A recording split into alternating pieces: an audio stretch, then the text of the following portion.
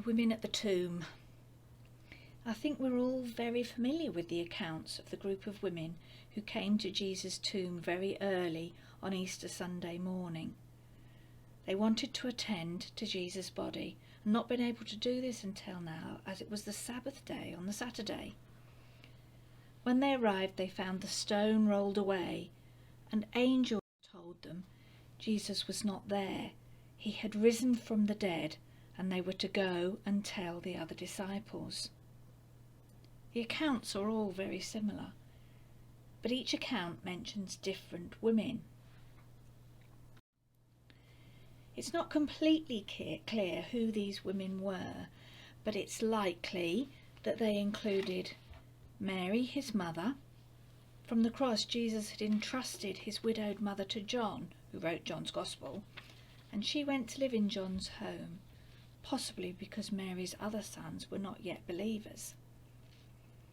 There was also Mary, the wife of Cleopas, probably Mary's sister-in-law, so strong family connection here. It's likely that Cleopas was possibly the brother of Joseph of Nazareth. Accounts suggest Joseph had died before Jesus started his ministry. This makes Mary, wife of Cleopas, Jesus' aunt. It's also very likely that this group included Mary Magdalene. You'll remember Mary became a disciple of Jesus and had very much been part of Jesus' ministry. Luke 8:2 tells us that Jesus has cast out 7 demons from Mary. She appears to have been travelling with Jesus ever since this happened. She's mentioned by name 12 times in the Gospels, more than most of the apostles and more than any other woman in the Gospels, other than Jesus' family. These 3 Marys had been close by ever since Jesus was arrested, and John records that they were present at the crucifixion. In the group, there could also have been Joanna, the wife of Chuza. Chuza was a household manager or steward of Herod, and Joanna provided financially for Jesus' ministry. It's interesting that she's among these women when you consider her husband's position in the royal household. There was also probably Salome, who was the mother of James and John and wife to Zebedee. It's possible, though not completely clear or certain, that Salome was Mary's sister, so another family connection there, and that would make James and John Jesus' cousins. It may also explain why Jesus entrusted his mother to John. Why were they going to the tomb? Jews didn't embalm their dead, but they did anoint them to try to remove the smell of decay and apply balm to the body. Different spices and perfumes were used. We know from John 19 that on the Friday evening, just after Jesus had died, Nicodemus and Joseph of Arimathea bought 75 pounds of myrrh and aloes and wrapped the body of Jesus with this in strips of linen. They're clearly in a hurry as the Sabbath was approaching. They used Joseph's new unused tomb, we're told, because it was nearby. The women who came to the tomb on the Sunday morning would probably have used similar spices. They would have wanted to ensure that the body had been prepared properly. It's unlikely that Joseph and Nicodemus would have had time to wash the body and wrap it entirely with cloth to seal it, and this was what the women were probably going to do.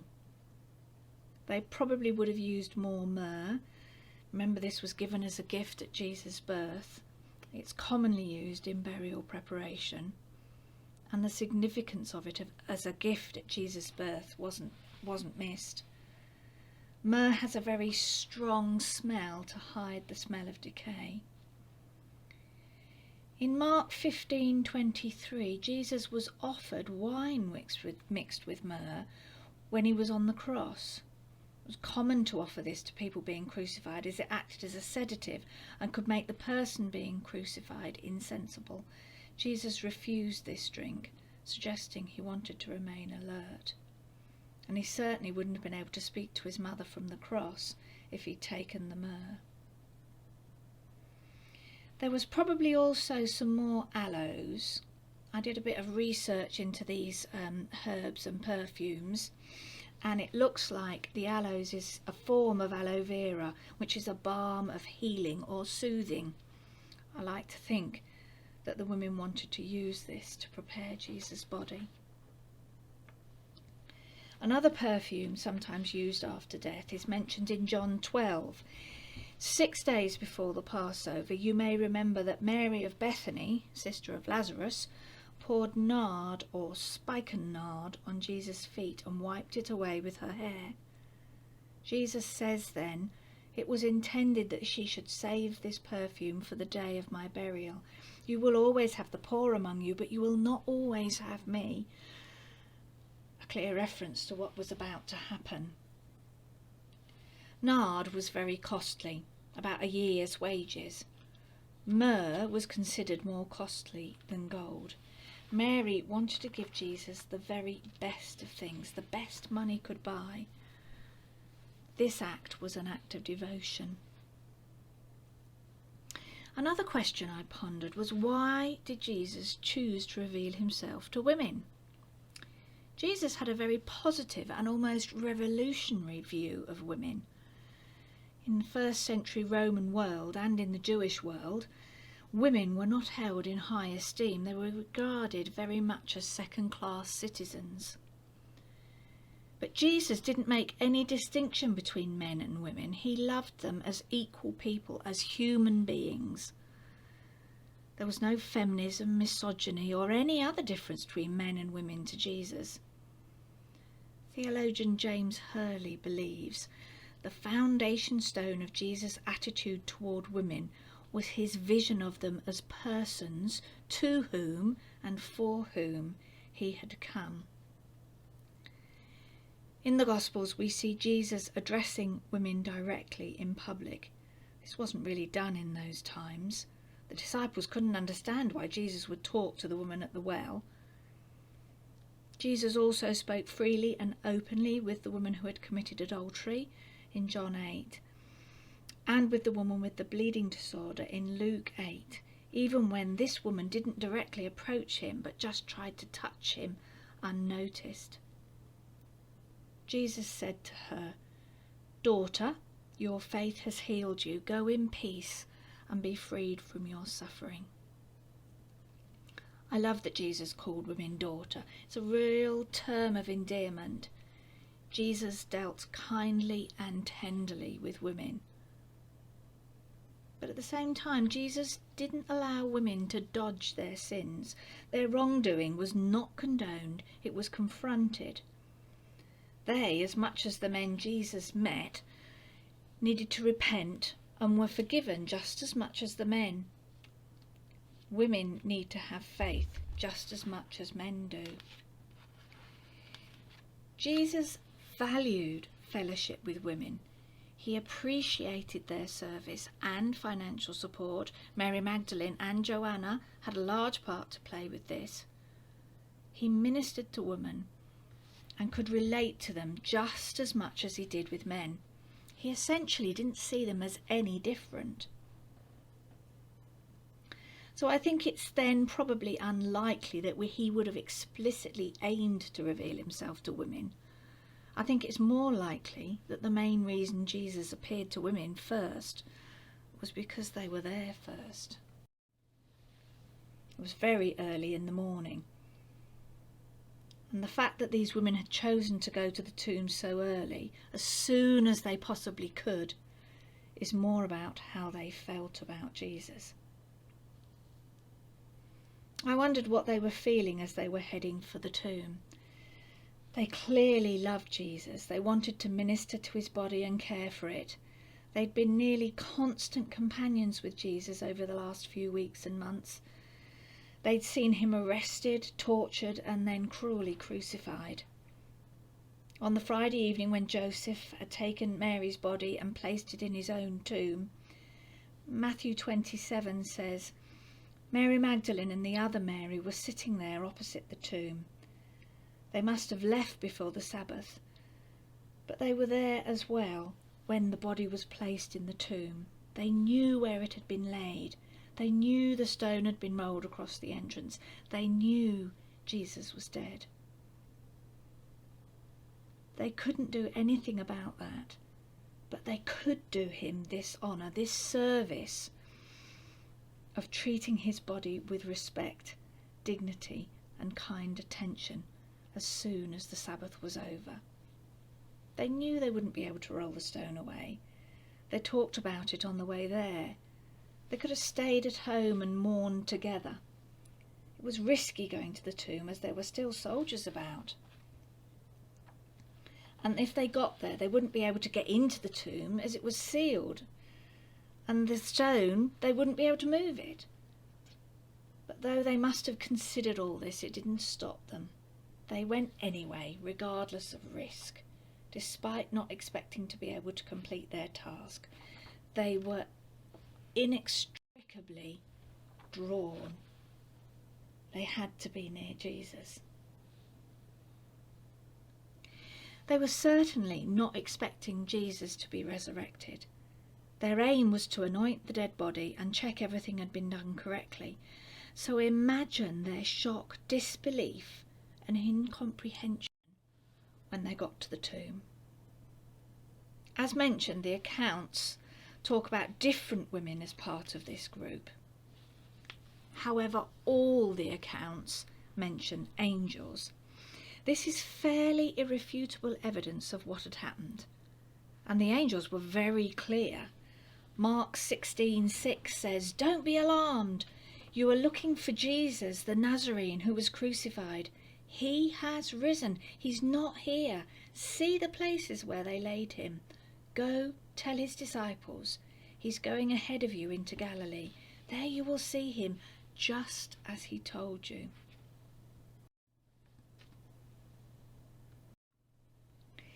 I love this picture where the Roman guard was so afraid that they shook and became like dead men. Matthew 28 says the women were also afraid yet filled with joy, and they left to tell the brothers.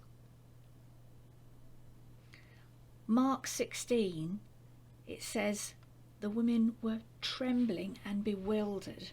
They didn't know what had happened. They couldn't understand it. Luke 24:6 says the angels reminded the women that Jesus had told them this would happen. The Son of Man must be delivered into the hands of sinful men, be crucified, and on the third day be raised again.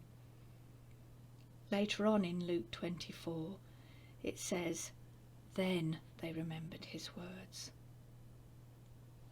With our benefit of hindsight, we can tend to blame these women that they didn't expect Jesus to rise from the dead.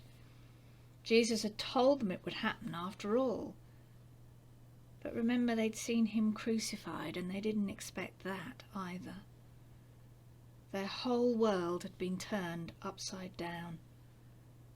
Someone they loved, trusted, believed in and wanted to be with was gone in a very human and, to them, a very final way. It was over. I'm sure all of us find the bit about Mary Magdalene outside the tomb thinking Jesus was the gardener very touching. I can see her love for Jesus was very real. But she must have doubted the angels. Her love and sorrow and pain is clearly evident. She doesn't appear to be able to see beyond that. She's having a very human reaction. This led me on to pondering that because Mary, the disciples and the other women were not expecting the resurrection, doesn't mean that they didn't trust. Their love, as we've seen, is clearly evident. But can you have love without trust? In the Bible, love and trust definitely go together. 1 Corinthians 13 says, "Love does not delight in evil, but rejoices with the truth, always protects, always trusts, always hopes, always perseveres." And Psalm 13 says, I have trusted in your steadfast love. My heart shall rejoice in your salvation.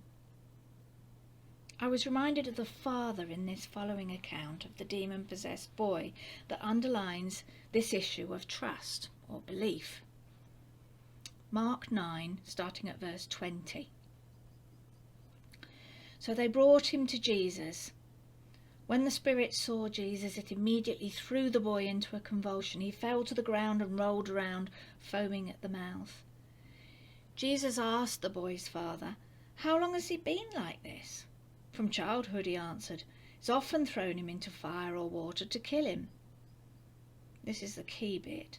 He then says, "If you can do anything, take pity on us and help us."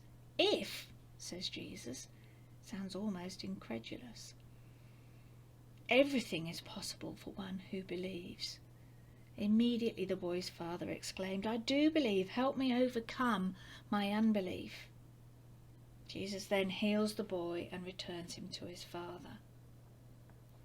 Where the boy's father says, "I do believe, help me overcome my unbelief," it sounds contradictory. It sounds like he's believing and not believing at the same time. Surely his father would not have brought him to Jesus if he didn't believe he could heal him. And Jesus doesn't say he has the power to heal, which he clearly does. He seems to be saying healing is possible if you believe. The Message expresses it like this: there are no ifs among believers. In the Message, the boy's father counters this with, "Then I believe, help me with my doubts." Jesus would certainly have seen this father's belief for what it was. He would have known that the father's human mind was having difficulty grasping what it meant to believe, just as he knew those closest to him would not be able to understand what he meant about the resurrection. I think the boy's father was just being honest. He believed, but alongside that there was unbelief as well. And isn't this sometimes true for us? Our belief is there. It's the centre of our relationship with God. It's the reason we're here. It's the bedrock of our life. But sometimes doubts about different, often small things creep in. I'm really reassured by the way Jesus treats the boy's father in this account. Jesus doesn't say there is no room for doubt. And Jesus doesn't tell him not to have doubts. This side of heaven, we cannot fully understand the whole mind, the infinite ways of God. And God knows that. He knows our finite minds cannot fully take on the immensity of his being. But just as we can, the boy's father in this account knew how to deal with his doubts.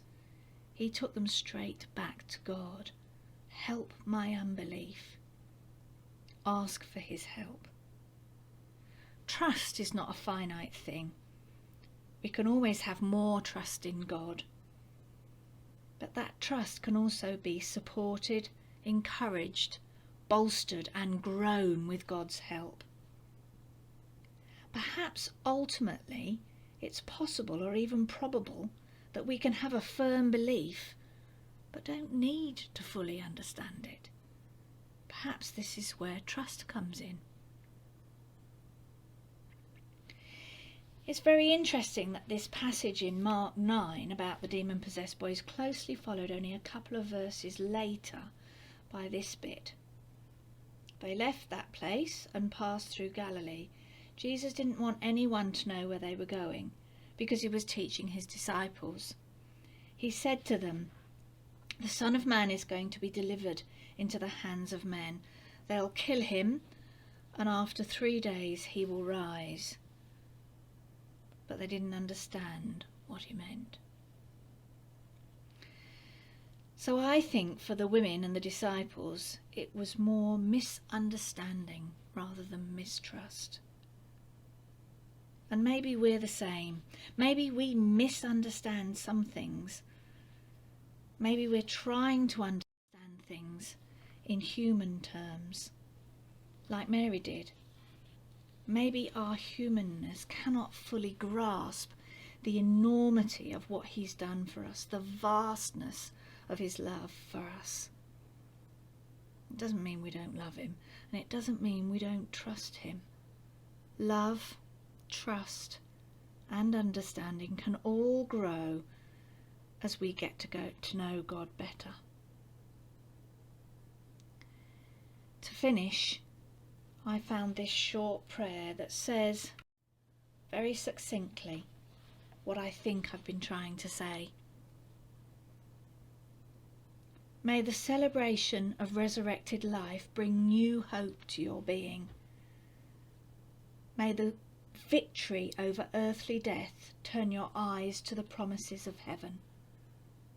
May the empty tomb help you to leave your sorrows at the foot of the cross, so that God's hope, promises, and forgiveness reign in your life forever. Amen.